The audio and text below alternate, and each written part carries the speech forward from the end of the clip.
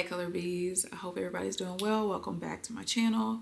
I am giving myself a haircut today and I thought it'd be like a really perfect time to come on here and talk about kind of the process of cutting hair, my hair journey, and give myself a haircut so you can kind of see that process. And unfortunately, it probably won't be best for me to actually cut my hair and talk to you. So I'm gonna talk first just because the sound of the clippers is going to be so loud. And then I'll cut and then we'll like chat a little bit more afterwards. So let's get into it. First thing I'd like to say about my hair journey is that I've been one of those persons who, as long as I can remember, I've had long, thick hair that became like what people recognized me for. That was the most consistent compliment that I've got in my lifetime, growing up as a child and middle school, high school, all, everything.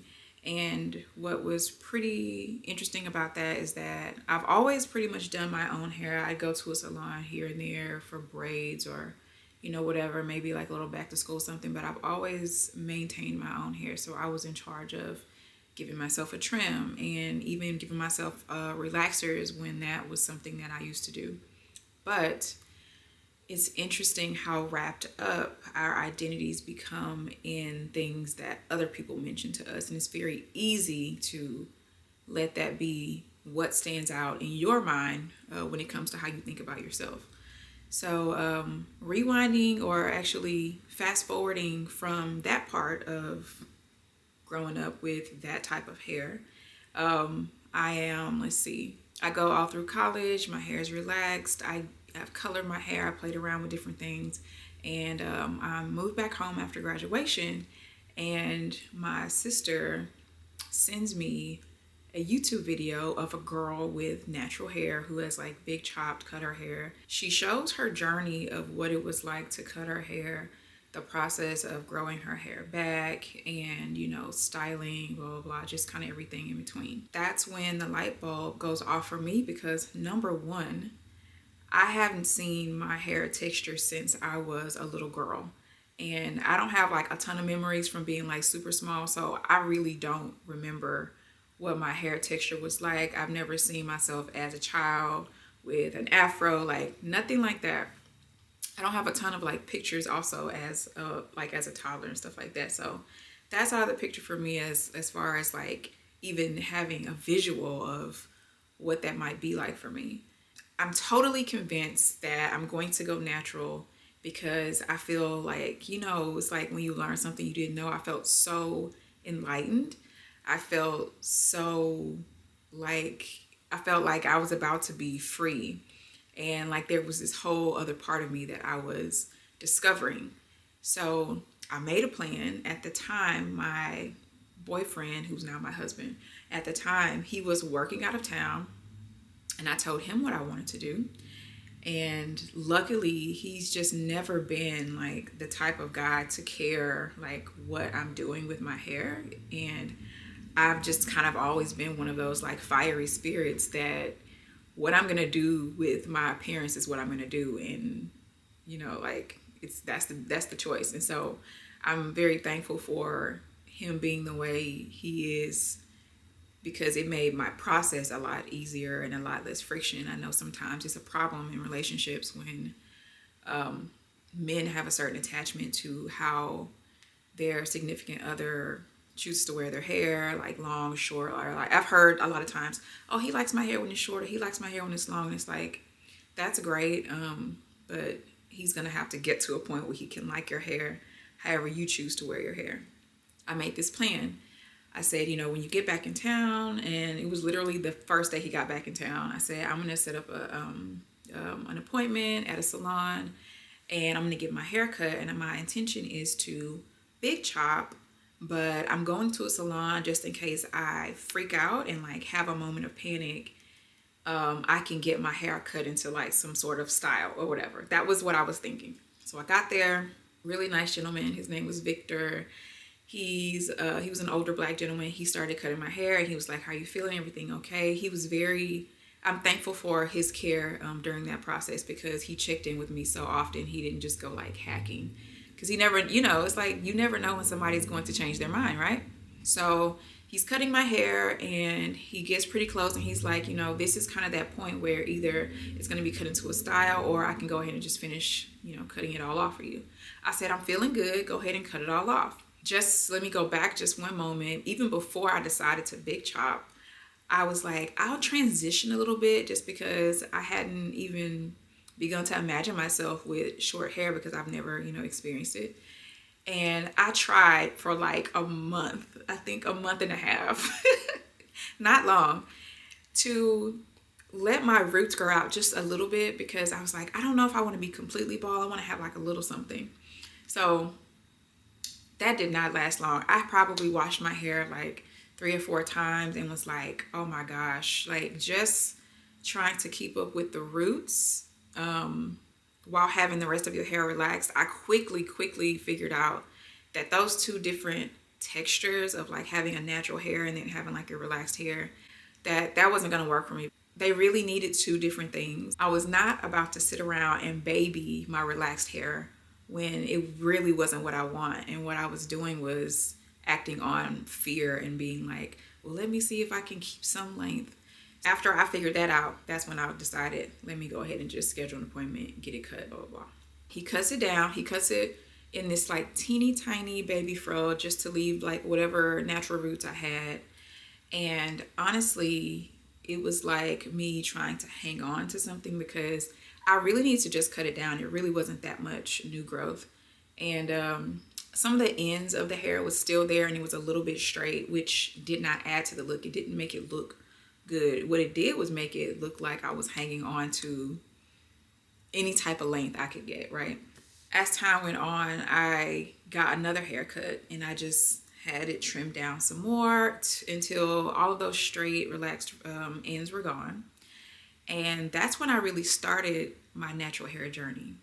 But what I can see in hindsight is that I went into it knowing I'm going to cut my hair off and grow it right back. And that was the goal. I wanted to have my long hair back again, but I wanted it to be natural.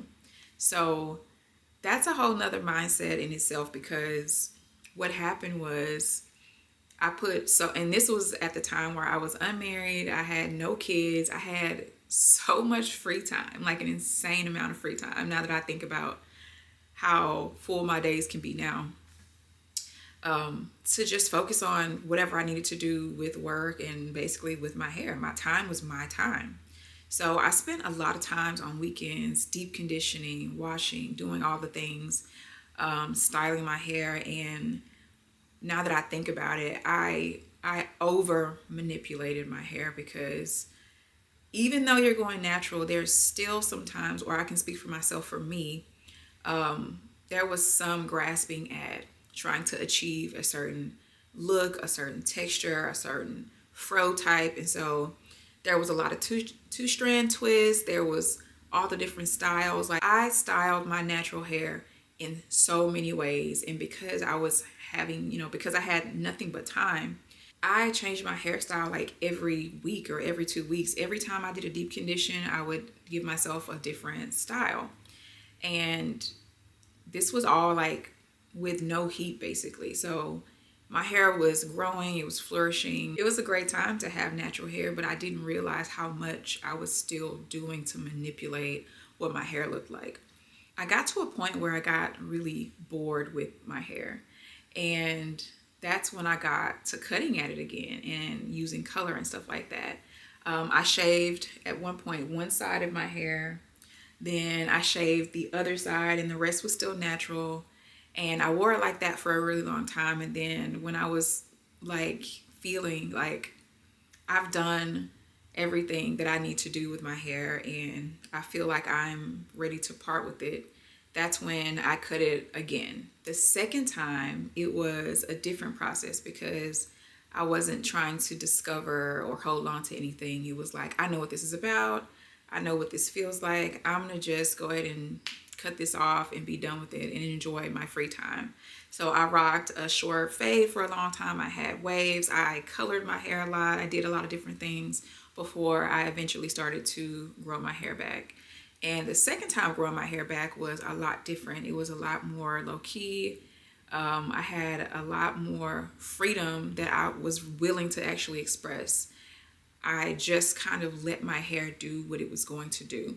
Now, at certain points, because I am a content creator, we know that styling natural hair, like, it depends on the weather and the level of humidity. I live in Houston and it's always hot and humid here, for the most part of the year.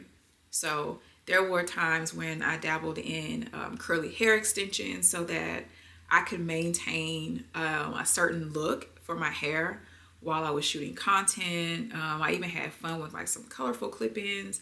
I did, again, a lot of things and had a lot of fun with my hair. And I eventually grew it back out, got pregnant with my daughter. And at that point, I was like, I'm tired of it again. I'm ready to part with it again. This time around, I decided, let me have more fun with my hair while it's like blown out straight. And so I would go to the salon. I had a great hairstylist who would blow my natural hair out. And I love that she could give natural, like, a straight look with no relaxers, no harsh chemicals, no keratin treatments, nothing like that. But I got a long bob, and then I cut my hair into an even shorter bob. And I really enjoyed the bob time because I hadn't really had a blunt bob like that before. Then I went to an even shorter bob. And in between all the bobs that I got an undercut. And so it made my life so much easier. I would go to the salon. She would shave up the back, for my undercut.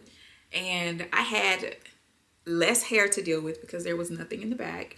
And I had this short bob. So it took me no time if I needed to shampoo and condition my hair. It's like boom, boom, boom, wash, condition, blow it out with a blow dryer, straighten it, and I could do it in under an hour, which is a blessing, seeing as to how I had natural hair down to here. That brings me to right now, the second, or actually the third time that I wanted to cut my hair and part with it. I was so excited and empowered to just do it myself and know that there is nothing I need to be afraid of, that this was the freedom that I was seeking and that I was wanting, because I was saying all the time, I'm ready to cut my hair. I'm so sick of it. I'm ready to cut it. I just need a moment to be free.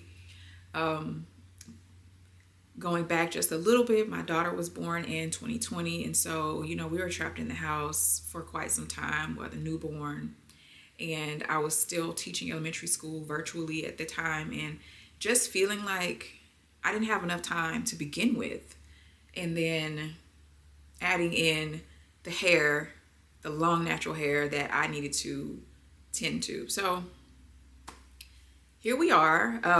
I've got a little bit of hair here. Just to be honest, it's been like about 2 weeks since I gave myself a haircut.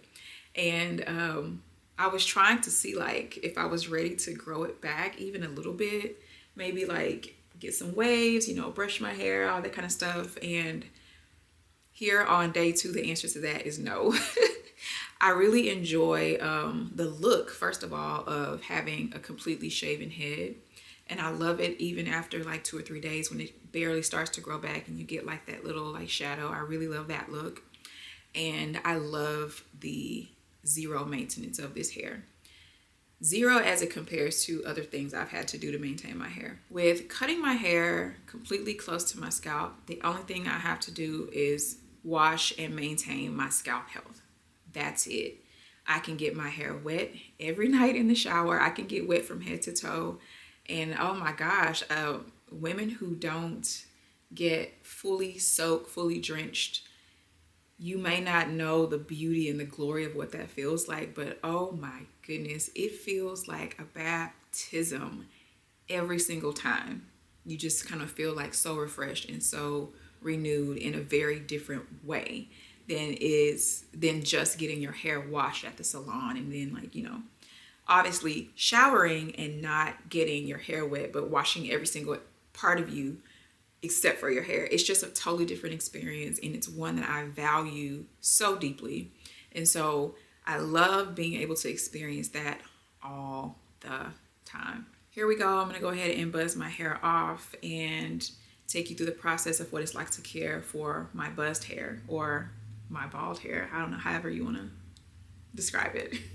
I don't do anything fancy. I just grab a towel, like a bath towel, and I just drape it over my shoulders. These clippers are the Bliss Pro. I feel like we got these on Amazon. These are actually my husband's, but I use them and it's all good. There are also tons of videos about how you can cut your hair with like a razor, and they have these other little contraptions and stuff like that. This seems to be the easiest thing for me, and so I'm gonna just stick beside it.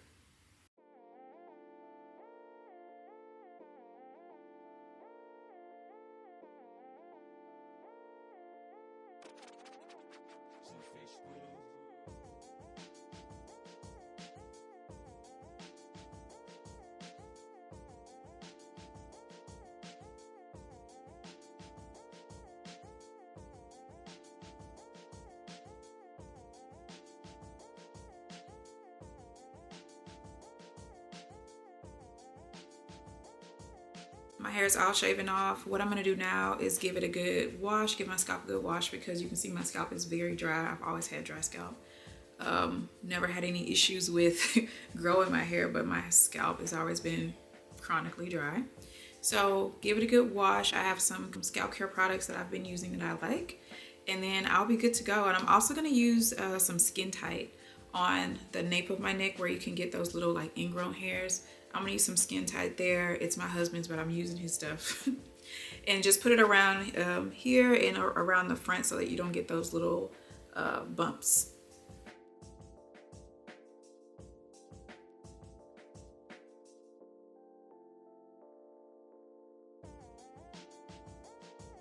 This is the Skin Tight that I use, and it helps with razor bumps and ingrown hairs and also razor burn. I just take some like this into my hand, and I just get a little bit in the palm of my hand, rub my hands together, and I focus on the front and the very back portions, but I also just rub it all over my head because you can get an ingrown hair anywhere. Next up is the SOS Scalp Serum by Baldair.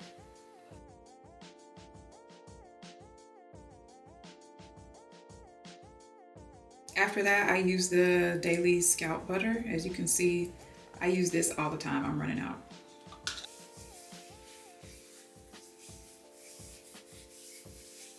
That's my full haircut and wash day. That took me about 10 minutes max, probably a little bit less than that, but it's the fastest wash day I've ever had in my entire life. And right now in my life, that's exactly what I need. I need freedom. I need ease. I need less to do because I have a lot of other really important things to do. And if I can free myself up from one more thing to do, that's what I'm gonna do. I'm gonna be signing off. If you have any questions about anything you saw today, let me know. I am here to answer any questions. I'm here to offer any words of affirmation, whatever you may need. I am here for it. See you later, Color Bees.